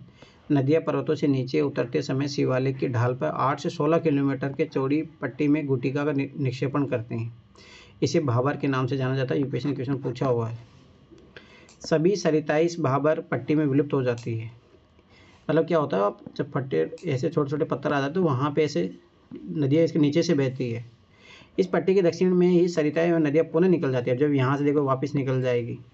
एवं नम तथा दलदली क्षेत्र का निर्माण होता है, जिसे तराई कहा जाता है। याद करो, इधर नेपाल, ये गोरखपुर का पास वाला एरिया और तराई एरिया तो कहलाता है। निखिल, सही बात है ये? हेलो, मैं बोला गोरखपुर के आसपास वाला क्षेत्र तराई एरिया कहलाता है। ये आपको पता है? हाँ, यस सर, सही है। ठीक है। यह वन्य प्राणियों से भरा घने जंगलों का क्षेत्र था। बंटवारे के बाद पाकिस्तान शाही शरणार्थियों को कृषि योग्य भूमि उपलब्ध कराने के लिए इसे जंगल को काटा जा चुका है। इस क्षेत्र के दुधवा राष्ट्रीय पार्क की स्थिति ज्ञात कीजिए। ये रहो 2022 का question. Dudhwa national park question पूछा था। ये उत्तर प्रदेश वाला है। हाँ, यही क्वेश्चन तो पूछा था यूपीएससी 2022 में। उत्तरी मैदान का सबसे विशालतम भाग पुराने जलोढ़ का बना है। वे नदियों के बाढ़ वाले मैदान के ऊपर स्थित है तथा वेदिका जैसी आकृति प्रदर्शित करते हैं। इस भाग को भांगर के नाम से जाना जाता है। इस क्षेत्र की मृदा में चूनीदार निक्षेप पाए जाते हैं, जिसे स्थानीय भाषा में कंकड़ कहा जाता है। बाढ़ वाले मैदानों के नए तथा युवा तो ये राजस्थान साइड है ना, जो ये बंगार वाला साइड है? अरे नहीं, ये भांगर जो होता है, याद रखना कि नदियों के द्वारा जो लाए गए होते हैं ना, उसको कहते हैं। और जब बाढ़ आती है, जब बाढ़ के कारण जब मिट्टी छोड़ती है ना नदी, उसको खादर कहते हैं। खादर ज़्यादा उपजाऊ होती है, भांगर पुरानी होती है तो इतनी ज़्यादा उपजाऊ नहीं होती है। हाँ, तो पुरानी वो अरे तो भांगर वो एक चंबल साइड जो है, वो भांगर साइड है क्या? वो हो सकता है, हर नदी लाती है ना वो। इनका लगभग प्रत्येक वर्ष पूर्णिमाण होता है, इसलिए उपजाऊ होते हैं तथा गहन खेती के लिए आदर्श होते हैं। ये चीज़ याद रखना, खादर पॉजिटिव है, ये चीज़ याद रखना। अब बात आती है प्रायद्वीपीय पठार की। ठीक है, अब देखो, सबसे पहले हिमालय, फिर उत्तरी के मैदान, अब आएंगे प्रायद्वीपीय पठार। ये मान के चलो कि जैसे एमपी, छत्तीसगढ़, महाराष्ट्र, आंध्र प्रदेश, ये सब प्रायद्वीपीय पठार भी आएंगे। प्रायद्वीपीय पठार एक मेज की आकृति वाला स्थल है जो पुराने क्रिस्टलीय, आग्नेय तथा रूपांतरित शैलों से बना है। यह गोंडवाना भूमि के टूटने और अपवाह के कारण बना था। यही कारण कि यह प्राचीनतम भूभाग का एक हिस्सा है। इसके पठारी भाग में चौड़ी तथा छिछली घाटियाँ हैं, गोलाकार पहाड़ियाँ हैं। इस पठार के 2 मुख्य भाग हैं, मध्य उच्च भूमि तथा दक्कन का पठार। नर्मदा नदी के उत्तर में प्रायद्वीपीय पठार का वह भाग जो कि मालवा के पठार के अधिकतर भागों पर फैला है, उसे मध्य उच्च भूमि के नाम से जाना जाता है। तो ये चीज़ याद रखना, नर्मदा नदी के नॉर्थ वाला पार्ट। विंध्य श्रृंखला दक्षिण में सतपुड़ा श्रृंखला तथा उत्तर पश्चिम में अरावली से घिरी है। पश्चिम में धीरे धीरे राजस्थान के बुलोई तथा पथरीले मरुस्थल से मिल जाता है। इस क्षेत्र में बहने वाली नदियाँ चंबल, सिंध, बेतवा तथा केन दक्षिण पश्चिमी से उत्तर पूर्व की तरफ बहती है। तो ये चीज़ याद रखना, ये नदियाँ ऐसे बह के जाती है इधर। इस प्रकार वे इस क्षेत्र के ढाल को दर्शाती है। मध्य उच्च भूमि पश्चिम में चौड़ी लेकिन पूर्व में संकीर्ण है। इस पठार के पूर्वी विस्तार को स्थानीय रूप से बुंदेलखंड तथा बघेलखंड के नाम से जाना जाता है। जो यूपी और एमपी का पार्ट है। इसके और पूर्व के विस्तार को दामोदर नदी द्वारा अपवाहित छोटा नागपुर पठार दर्शाता है। दक्षिण का पठार एक त्रिभुजाकार भूभाग है जो नर्मदा नदी के दक्षिण में स्थित है। उत्तर में इसके चौड़े आधार पर सतपुड़ा की श्रृंखला है, जबकि महादेव, कैमूर की पहाड़ी तथा मैकाल श्रृंखला इसके पूरी विस्तार है। यही यूपीएससी 2021 वाला क्वेश्चन है, जिसे तीनों स्टेटमेंट गलत थे। भारत के भौतिक मानचित्र पर इन पहाड़ियों व श्रृंखलाओं की स्थिति ज्ञात करें। देखो इसीलिए यूपीएससी ने क्वेश्चन पूछा। दक्षिण का पठार पश्चिम में ऊंचा एवं पूर्व की ओर कम ढाल वाला है। इस पठार का एक भाग उत्तर पूर्व में भी देखा जाता है, जिसे स्थानीय रूप से मेघालय, कार्बी एंगलोंग पठार तथा उत्तर कचारी पहाड़ के नाम से भी जाना जाता है। यह एक भ्रंश के छोटा नागपुर पठार से अलग हो गया है। पश्चिम से पूर्व की ओर 3 महत्वपूर्ण श्रृंखलाएं गारो, खासी तथा जयंतिया, ये चीज़ याद रखना, तीनों पहाड़ियाँ हैं जो मेघालय में पाई जाती है। दक्षिण के पठार के पूर्वी में पश्चिमी सिरे पर क्रमशः पूर्वी तथा पश्चिमी घाट स्थित है। ये वाले पश्चिमी घाट पश्चिमी तट के समांतर स्थित है। वे सतह तथा इन्हें केवल दर्रों के द्वारा ही पार किया जा सकता है। भारत के भौतिक मानचित्र में थाल घाट, भोर घाट तथा पाल घाट की स्थिति, तो ये चीज़ याद रखना, कभी पूछ ले कि ये घाट कहाँ पे पाए जाते हैं, पश्चिमी घाट में। पश्चिमी घाट पूर्वी घाट की अपेक्षा ऊंचे हैं। पूर्वी घाट के 600 मीटर की औसत ऊंचाई की तुलना में पश्चिमी घाट की ऊंचाई 900 से लेकर 1600 मीटर है। ये चीज़ें याद करना, एक बार मेंस में क्वेश्चन आया हुआ है, वेस्टर्न घाट और ईस्टर्न घाट में डिफरेंसेस बताइए, तो ये पूरा यहीं से है।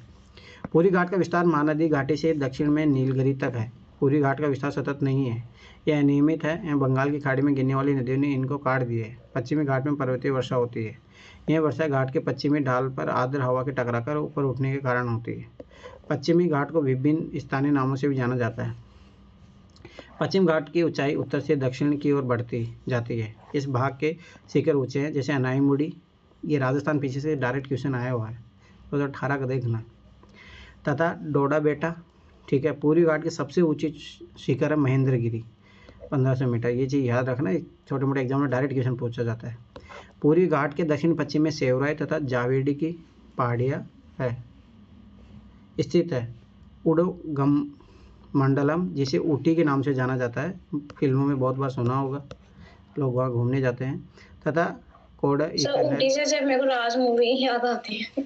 ऊटी का मतलब बहुत सारी मोस्टली फिल्मों में ना ऊटी का सीन लिया जाता है। अगर इंडिया में कोई मूवी बन रही है तो मोस्टली वहाँ का लिया जाता है। साउथ की फिल्मों में तो खास तौर से कोडक ये कनाल है जैसे प्रसिद्ध पहाड़ी नगरों की स्थिति मानचित्र में ज्ञात की, तो ये सब याद रखना पूर्वी घाट में, ठीक है। प्रायद्वीप पठार की एक विशेषता यहाँ पाई जाने वाली काली मृदा है, जिसे डक्कन ट्रेप के नाम से भी जाना जाता है। ये यूपीएससी 2020 का 20 और 21 का क्वेश्चन है, ये जाके देखना, यही क्वेश्चन काली मृदा 20 से 21 का क्वेश्चन है, इतना श्योर है, मेरा सही हुआ था, मुझे इतना पता है। डक्कन ट्रेप के नाम से भी जाना जाता है। इसकी उत्पत्ति ज्वालामुखी से हुई है, इसके लिए इसके सेल आग्नेय हैं। यही क्वेश्चन पूछा था, जाके देख लेना आप, 2020-21 का क्वेश्चन है कि ज्वालामुखी से कौन सी मृदा का निर्माण हुआ है, काली मृदा का, तो ये चीज़ याद रखना, यही क्वेश्चन पूछा था। वास्तव में इन सेलों का समय के साथ अपर्दन हुआ है, जिनसे काली मृदा का निर्माण हुआ है। अरावली की पहाड़ियाँ प्रायद्वीपीय पठार के पश्चिम और उत्तरी पश्चिमी किनारे पर स्थित है। ये बहुत अधिक अपरदित और खंडित पहाड़ियाँ हैं। ये गुजरात से लेकर दिल्ली तक दक्षिण पश्चिम में उत्तर पूर्वी दिशा में फैले। याद रखना, राष्ट्रपति भवन अरावली ही पर्वत पर है। भारतीय मरुस्थल, अरावली पहाड़ी के पश्चिमी किनारे पर थार का मरुस्थल स्थित है। यह बालू के टेबों से ढका एक तरंगित मैदान है। इस क्षेत्र में प्रतिवर्ष 150 मिलीमीटर से भी कम वर्षा होती है। इस शुष्क जलवायु वाले क्षेत्र में वनस्पति बहुत कम है। वर्षा ऋतु में कुछ सरिता दिखती है और उसके बाद वे बालू में विलीन हो जाती है। पर्याप्त जल नहीं मिलने से वे समुद्र तक नहीं पहुंच पाती है। केवल लूनी ही क्षेत्र की सबसे बड़ी नदी है। ऋषि के बारे में बोला जाता है, लूनी जो है थार के मरुस्थल में समाहित हो जाती है। ये देखो, ये क्वेश्चन पूछा हुआ है पीटी में। बरकान क्या होता है? अर्धचंद्राकार बालू का टीला का विस्तार बहुत अधिक क्षेत्र पर होता है, लेकिन लंबवत टीले भारत पाकिस्तान सीमा के समीप प्रमुखता से पाए जाते हैं। यदि आप जैसलमेर जाए तो बरकान के समूह देख सकते हैं।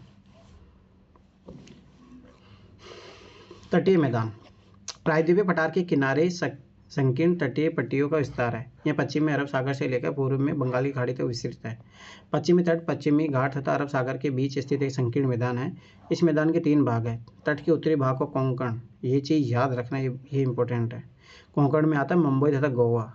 मध्य भाग को कन्नड़ मैदान और दक्षिणी भाग को मालाबार तट कहते हैं। ये चीज़ याद होना चाहिए। बंगाल की खाड़ी के साथ विस्तृत मैदान चौड़ा एवं समतल है, जबकि उत्तरी भाग में से उत्तरी सरकार कहा जाता है, जबकि दक्षिणी भाग में कोरोमंडल तट के नाम से जाना जाता है। बड़ी नदियाँ कौन कौन सी है? महानदी, गोदावरी, कृष्णा, कावेरी इस तट पर विशाल डेल्टा का निर्माण करती है। चिल्का झील पूरी तट पर स्थित एक महत्वपूर्ण भू लक्षण है। ये यूपीएससी 2021 का क्वेश्चन है। चिल्का झील भारत में खारे पानी की सबसे बड़ी झील है। ये उड़ीसा में महानदी डेल्टा के दक्षिण में स्थित है। ये चीज़ याद रखना। द्वीप समूह, आप पहले ही देख चुके हैं कि भारत का मुख्य स्थल भाग अत्यधिक विशाल है। इसके अतिरिक्त भारत में 2 द्वीप समूह भी स्थित है। क्या अपन 2 द्वीप समूह पहचान सकते हैं? अंडमान निकोबार और लक्षद्वीप। द्वीप मतलब जो चारों तरफ पानी से घिरा रहता है। केरल के मालाबार तट के पास स्थित लक्षद्वीप की स्थिति ज्ञात कीजिए। द्वीपों का यह समूह छोटे प्रवाल द्वीपों से बना है। ये चीज़ याद रखना। कोरल रीफ से बना हुआ है द्वीप। पहले इनको लकाद्वीप या मिनिको तथा एमएन द्वीप के नाम से भी जाना जाता था। 1973 में इनका नाम लक्षद्वीप रखा गया। ये 32 वर्ग किलोमीटर के छोटे से क्षेत्र में फैला है। कावरती द्वीप लक्षद्वीप का प्रशासनिक मुख्यालय, जो याद करो उसमें क्वेश्चन भी था पिछले चैप्टर में। इस द्वीप समूह पर पादप तथा जंतु के बहुत से प्रकार पाए जाते हैं। पिटली द्वीप, जहाँ मनुष्य का निवास नहीं है, वहाँ एक पक्षी अभ्यारण्य है। ये चीज़ याद रखना। अब बंगाली खाड़ी में उत्तर से दक्षिण के तरफ फैले द्वीपों की श्रृंखला को ध्यान दीजिए। ये अंडमान और निकोबार द्वीप है। ये द्वीप समूह आकार में बड़े संख्या में बहुल तथा बिखरे हुए हैं। ये द्वीप मुख्यतः 2 भागों में बांटा गया है। उत्तर में अंडमान तथा दक्षिण में निकोबार। यह माना जाता है कि यह द्वीप समूह निमज्जित पर्वत श्रेणियों के शिखर है। मैंने बोला था ना कि समुद्र में डूबी हुई। यह द्वीप समूह देश की सुरक्षा के लिए महत्वपूर्ण है, बहुत महत्वपूर्ण है। इन द्वीपों समूह में पाए जाने वाले पादप एवं जंतुओं में बहुत अधिक विविधता है। ये द्वीप विषुववृत्त के समीप स्थित है। यहाँ की जलवायु विषुववर्तीय तथा यहाँ घने जंगलों से आच्छादित है। भारत का एकमात्र सक्रिय ज्वालामुखी अंडमान तथा निकोबार द्वीप समूह के बेरेन द्वीप पर स्थित है। यही यूपीएससी ने क्वेश्चन पूछा था। एक दो बार पूछा जा चुका है। विभिन्न भू आकृति विभागों को विस्तृत विवरण प्रत्येक विभाग की विशेषता स्पष्ट करता है, परंतु यह स्पष्ट है कि ये विभाग एक दूसरे के पूरक हैं और वे देश के प्राकृतिक संसाधनों में समृद्ध बनाते हैं। उत्तरी पर्वत जल एवं वनों के प्रमुख स्रोत है। उत्तरी मैदान देश के अन्न भंडार है। इनसे प्राचीन सभ्यताओं के विकास का आधार मिला। पठारी भाग खनिजों के भंडार है, जिसने देश के औद्योगिकरण में विशेष भूमिका निभाई। तटीय क्षेत्र मत्स्य और पौध संबंधी क्रियाकलापों के लिए उपयुक्त स्थान है। इस प्रकार देश की विविध भौतिक आकृतियाँ भविष्य में विकास की अनेक संभावना प्रदान करती है। मेंस के लिए बहुत इंपॉर्टेंट है ये वाला। निष्कर्ष टाइप से आप डाल सकते हो। ये इधर कुछ छूट गया था। परवाल क्या होता है? यूपीएससी क्वेश्चन पूछा। परवाल पॉलिप्स कम समय तक जीवित रहने वाले सूक्ष्म प्राणी हैं जो कि समूह में रहते हैं। इनका विकास छिछले तथा गर्म जल में होता है। इनसे कैल्शियम कार्बोनाइट का स्त्राव होता है। परवाल अस्थियाँ टीले के रूप में निक्षेपित होती है। ये मुख्यतः 3 प्रकार के होते हैं: परवाल रोधिका, तटीय परवाल भित्ति तथा परवाल वलय द्वीप। ऑस्ट्रेलिया का ग्रेट बैरियर रीफ परवाल रोधिका का अच्छा उदाहरण है। यह यूपीएससी 2018 में क्वेश्चन पूछा था। परवाल वलय द्वीप गोलाकार या हार्सू आकार वाले रोधिका होते हैं। तो मैं पहले बता रहा हूँ, बहुत इंपॉर्टेंट चैप्टर है। तो आप सब लोग रेडी हो? पहले तो मैं देख लेता हूँ कौन है। निखिल, छोटी, नगीना, अमित, शिवानी। चलो निखिल बताइए पहले का आंसर। ये कहाँ हो गया? रुक जाओ।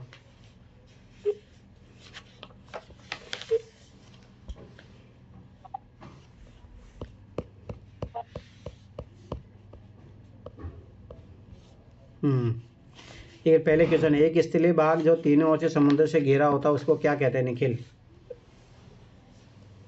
एक स्थलीय भाग से जो, हाँ तो प्रायद्वीप होगा सर।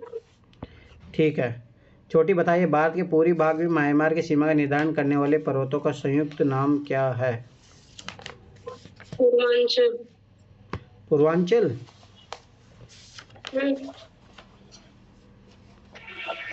नगीना सही बता रहे हैं?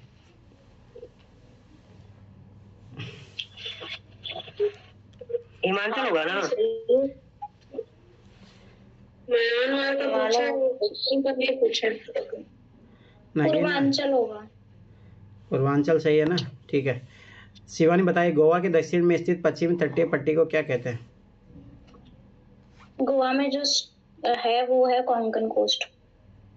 गोवा याद करो, महाराष्ट्र वाला जो है कोंकण तट होगा, फिर कन्नड़ होगा, फिर कोरोमंडल होता है। ठीक है, उत्तरी सरकार तो इधर पूर्वी घाट का पार्ट हो गया। चलो सना बताइए, पूर्वी घाट का सर्वोच्च शिखर। अरे सर ये गोवा के तो दक्षिण में पूछ रहा है ना। गोवा के दक्षिण में कोंकण तो ये कोरोमंडल होगा ना सर? कन्नड़ होगा, बीच में फिर कन्नड़ कोरोमंडल के आएगा। बारे में पूछ रहा है। कन्नड़ होगा। चलो ठीक है, ठीक है। देखो 3 पार्ट होते हैं पश्चिमी घाट के, ये चीज़ याद रखना। तो एक है कोंकण तट, फिर एक कन्नड़ तट है, एक कोरोमंडल तट है। कोरोमंडल तट तो इधर होता है ना, सर पूर्वी मालाबार तट, मालाबार तट होगा ना इधर। वही तो। ठीक है, तो इसका क्या आंसर आएगा? दक्षिण से कन्नड़। तटीय पट्टी। कन्नड़। दक्षिण में पूछ रहा है तो कन्नड़ आएगा। गोवा के कोंकण वाला दक्षिण तो में गुजरात स्थित में हो जाता है। पश्चिम तटीय पट्टी। देखो उत्तरी सरकार होगा कन्नड़। नहीं, ना कन्नड़ आएगा। कोरोमंडल भी नहीं होगा सर। कोरोमंडल भी नहीं होगा। कोरोमंडल तो बिल्कुल भी नहीं होगा। और कोंकण गुजरात से शुरू हो रहा है। सर वो क्या दक्षिण पूछा की बात गोवा कर से? रहे हैं। हाँ तो सर ये ये कन्नड़ होगा। कोंकण नहीं आएगा, ये कन्नड़ ही आएगा सर। सही है सर। देखो ना, ये कोंकण दे रखा है, देखो ना सर। तो ये कोंकण यहाँ तक हो गया ना, तो गोवा से नीचे का दक्षिण का पूछा है, तो कोंकण वैसे नहीं आएगा, कन्नड़ ही बचा है।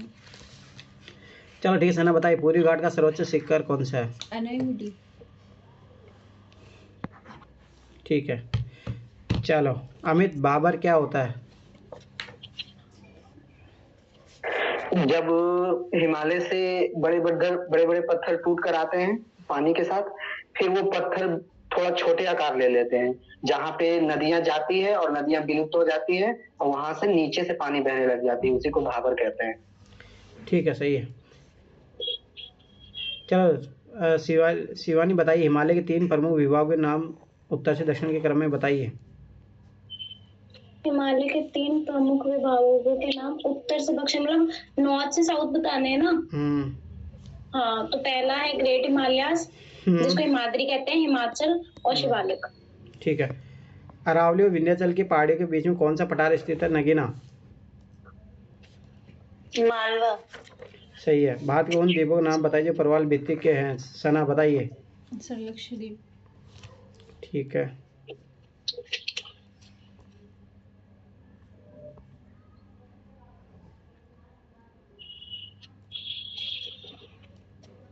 अब देखो ये कितना अच्छा काम दिया हो, इसको जाके आप मैप में शो करो तो ऑटोमेटिक याद हो जाएगा सब।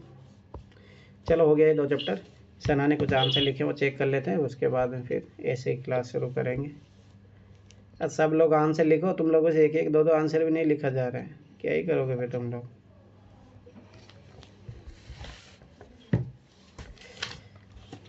टापा गया है, परंतु टापा गया तो कैसे टापा गया ये देख लेते हैं। अरे मेरे समझ में 2 ये क्या जरूरत है इंग्लिश में सर लिखने मैं की?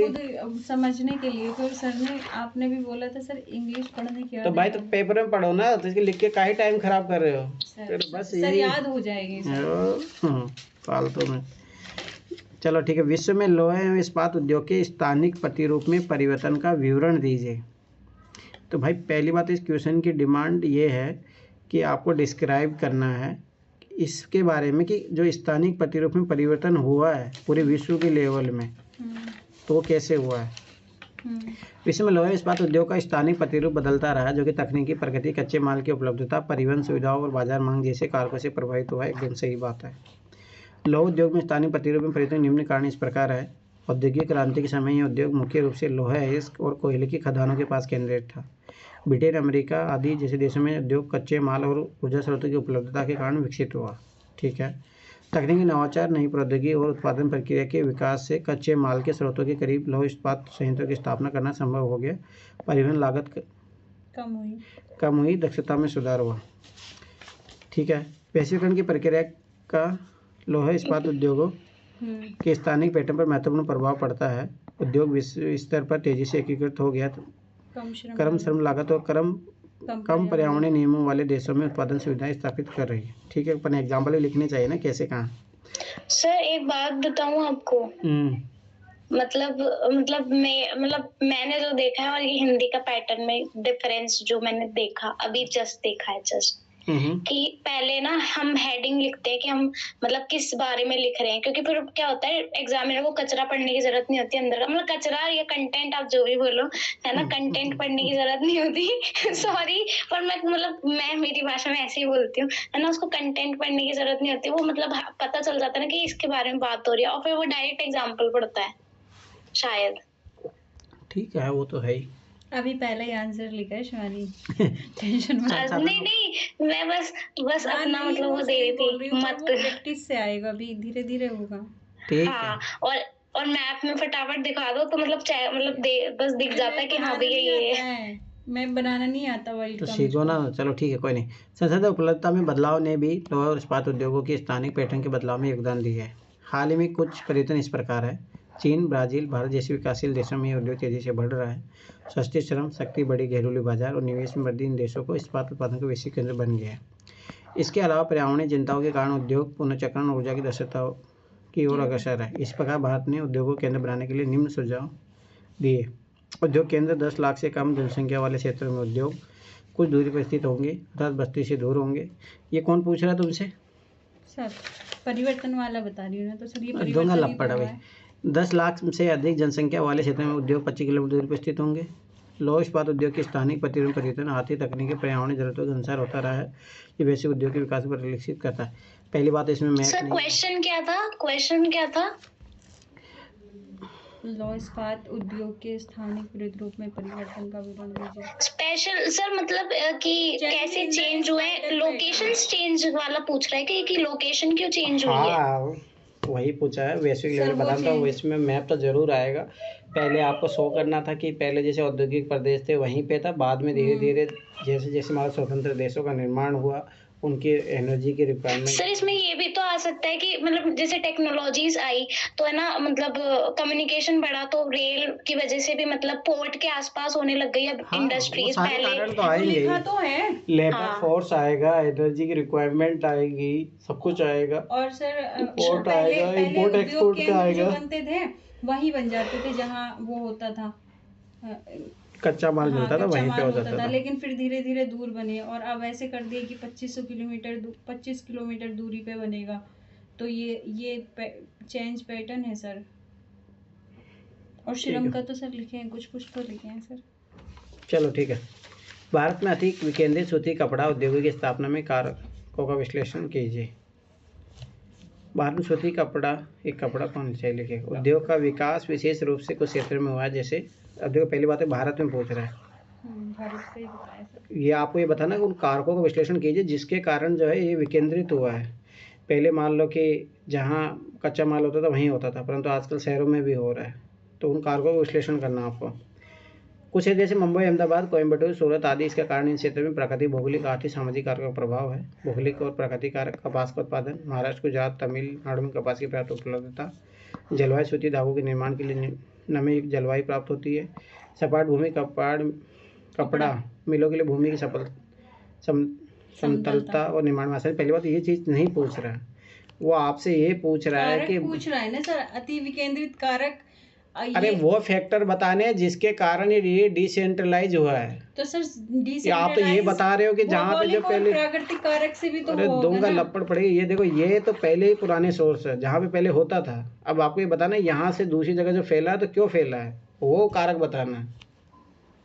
परिवहन कनेक्टिविटी, बंदरगाह के पास स्थित, मुंबई, सूरत आदि जैसे समुद्र के पास स्थित है। सड़क और रेल नेटवर्क, कच्चे माल और तैयार पौधों, सुगम परिवहन सुविधा, श्रम और मानव संसाधन क्षेत्र में सस्ता शोषण। तो ये आपने क्वेश्चन ही गलत लिख दिया पूरा। भाई आपको ये भी मैंने तो सारा अहमदाबाद और कोयम्बटूर, सूरत आदि तो बस यही करोगे तुम लोग, ये सब लिखो क्वेश्चन। ठीक है, चलो ठीक है, जल्दी से। ऐसे कौन कौन काम